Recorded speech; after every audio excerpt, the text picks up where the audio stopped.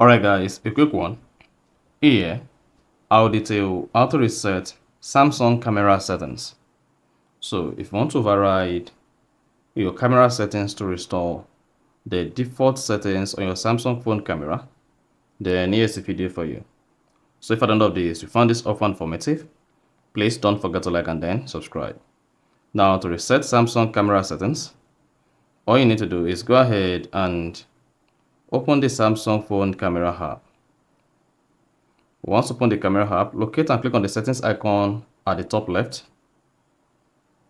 You'll be taken to your camera settings. On the camera settings page, scroll down, just keep scrolling until you get to reset settings. Now go ahead and click on that. Now once you click on reset settings, you'll see reset camera settings. Now to reset your Samsung phone camera settings, locate and click on reset. Then you should see the camera closed, and I can now go back to set your Samsung phone camera the way you want it again. So that's exactly how to reset Samsung camera settings. So if you found this offer informative, please don't forget to like and then subscribe.